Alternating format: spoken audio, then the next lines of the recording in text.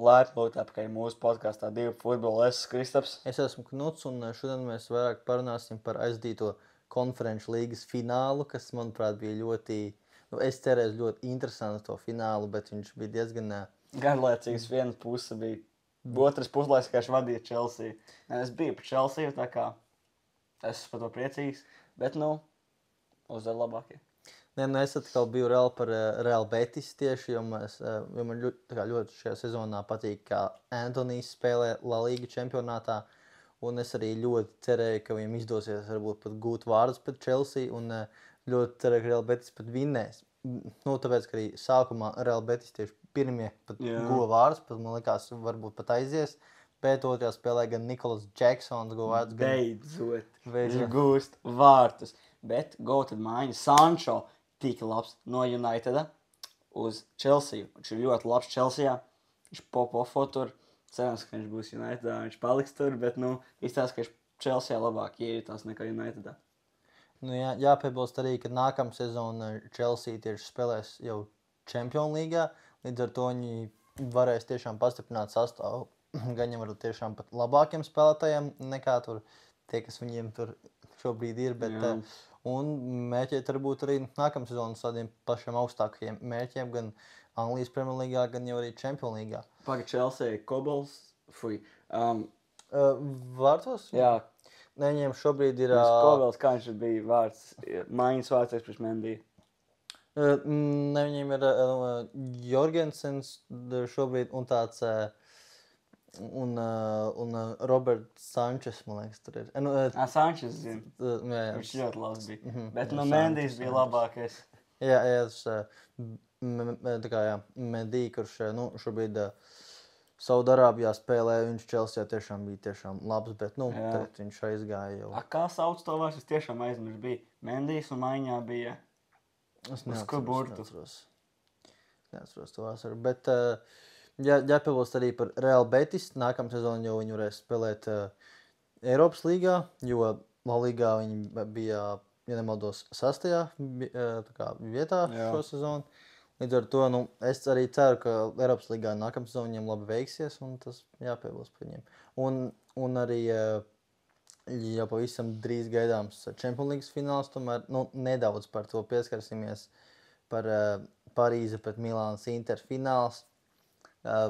Parīze var iegūt savu pirmo Champions League titulu, kas viņam ļoti novēl, un arī Milāns Interam kādus jau, ja nemaldos, 14-15 gadus nav bijis Champions League tituls. Tā kā viņam var būt ļoti svarīgi, bet es tomēr prognozēšu Parīzes panākumu 2-1, 2-0, kaut ko tādu pārsnošu, tā kā, jā. Es par Interu. Es sākumā šeit, kad būs 3-3, un tad būs vārdsargu duels labāko. Somers pret Donnarummu. Un tad tā kaut kā veiksmītē pēdējā sitienā Donnarummu ielaiž devenu, un Somers atsargās kaut ko, es nezinu, bet veiksmītē Inters uzvarēs un pacels to kausu, cerams, manās domās. Jā, tad redzēsim. Jo tiešām abi vārdsargi abām komandām ir ļoti labi. Abi... pieredzējuši. Abiem ir arī sava veida pieredze, protams, arī. Un, tad skatīsimies. Un pēc spēles jau tad arī iefilmēsim video, kā mums šķita domas par mūsu, par šo spēli. Domas. Un tad vairāk parunāsim arī par Latvijas izlases sastāvu, par spēlētājiem, kad tad spēlēs jūnijā pret Azerbaidžānu un Albāniju. Un tad vārtos mums ir Matrevits, Zviedris un Orols. Man šķiet, ka pietrūkst Ozols personīgi. Un es vienmēr to saku, bet Štebors nepriekš vārdu sargāšanas, bet priekš uzmudināšanas. Viņš RFSā riktīgi tur ģērbtuvē visas uzkurina, tagad vajadzētu arī viņu izlasē. Manuprāt, uz Steinbors jau... Es jau nevaru, man jau viņš ir apnīcis. Es jau nesaku, viņam vajag stāvēt vārtos. Vienkārši kaut vai uz soliņu parunāties ar Nikoloto, kas notiek, kāpēc netrāpam golus pret Angliju. Varētu, jo Steinbors tomēr ir, viņam ir pieredze, viņš spēja motivēt, viņš tāds tēvs tai komandai spēja tur iedrošināt, Bet, manuprāt, tomēr viņa laiks ir pagājis. Es tomēr dotu iespēju tādiem kā Matrevits, kā Orols, tādiem jaunajiem vārdsargiem, kuriem ir tomēr perspektīvas sevi parādīt, manuprāt, izlasē labāk. Jo šobrīd arī Orols spēlē Supernovā. Aiz tādu salīdzinoši labu sezonu, bet pagājušā sezonu viņš bija Daugavpilī. Tā viņa tiešām bija ideāla sezona. Viņa arī ar Daugavpili bija ļoti labi. Tiešām ļoti labi aizstīja to. Un tad, tad aizsargi ir Balodis, Černomordijs, Cigaņiks, Jagodinskis un Jurkovskis. Mūsuprāt, Jagodinskis tomēr var arī netikt izsaukt. Es saku, ka viņš pelnīti. Viņš ļoti labi spēlē. Es paskatījos kādu maču. Viņš personīgi man patīk spēlēšanas stils, viņš līdzīgs manam. Šās agresīvas puses ir, un man ļoti izlasē vajadzīgs ir. Iedvēs viņš pret Harry Kane, agresīvā puse aiziet, man tas ļoti patītos.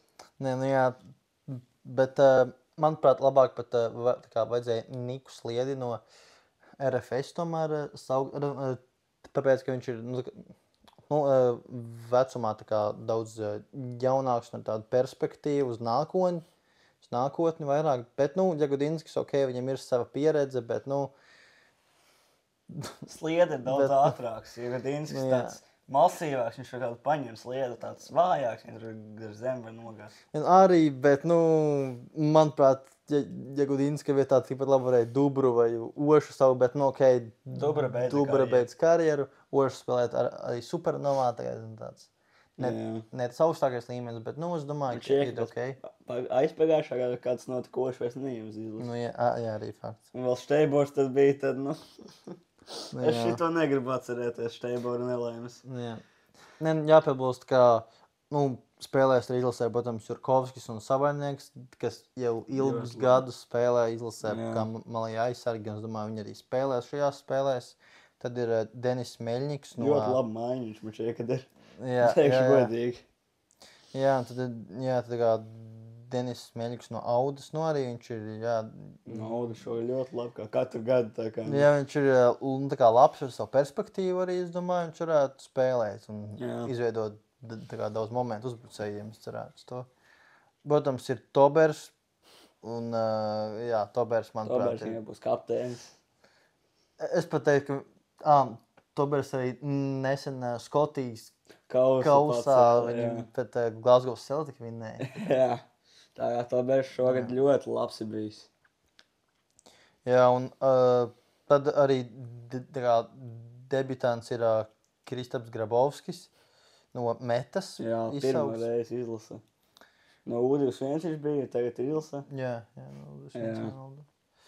Nē, es domāju, ka varbūt draudzības spēlē pret Azerbaidžānu viņu uzlaidīs laukumā, bet es viņam baigo spēles laiku tomēr nedotu, jo viņš tomēr maz pieredzējis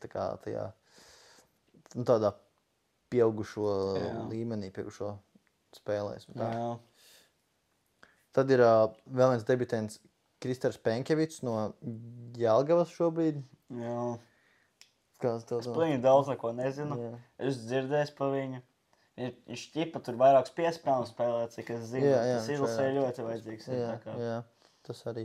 Viņš arī pagājušā sezonu un arī aizpagājušā sezonu spēlēja Valmierā. Bet viņš Valmierā bija pārsvarā kā mājiņa. Kā pirmajā līgā viņš rezervists. spēlēja. Jā. Tas gan. Jā. Pamatvērtības, protams, ir Vapne, Varslavāns, Saveļievs. Es domāju, viņi arī būs un spēlēs. Tā kā par to mums šaubu nav. Bet par uzbrucējiem arī ir debitants Bruno Melnis, arī gados jauns no FK Liepāja izsaukts. Par viņu es diezgan daudz zinu. Viņš ir diezgan labs spēlētājs, bet es nedomāju, ka viņš apdzīs Gutkovski savā pozīcijā. Manuprāt, arī ir Marko Regža no FC Riga tieši ar tagad izsauks, un tā kā varbūt viņš... Katru gadu gandrīz ir pēdējā laikā. Pagājuši gadu viņi tur sauca pārsvarā, ja nemaldos, bija Raimonds Krolis pārsvarā spēlēja, bet, Regžu arī bieži sauca. Žēl, ka Roberts Uldričs nav dēļ traumas, tas ir ļoti Bēdīgi, bet, pagam jautājums. Daščevits ir? Jā, ir Daščevičs arī. Es jau nobijos, ka viņš nav. Jā. Ne, manuprāt, Cigaņiks ar Daščeviču pat pamat sastāvā varētu spēlēt. Es domāju, Daščevičs katru maču būs savā sastāvā. Tu šo arī nobeigsim?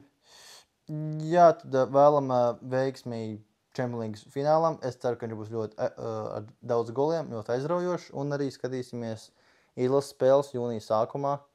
Tās, manuprāt, tiešām pat Azerbaidžāna, Albānija, abām vajadzētu būt sīvām. Un es tiešām cerētu Latvijas beidzot kādu panākumu Latvijas ilsē. Paldies, ka skatījāties. Ja jums patika, nolaikojiet. Atā. Teikamies citos video.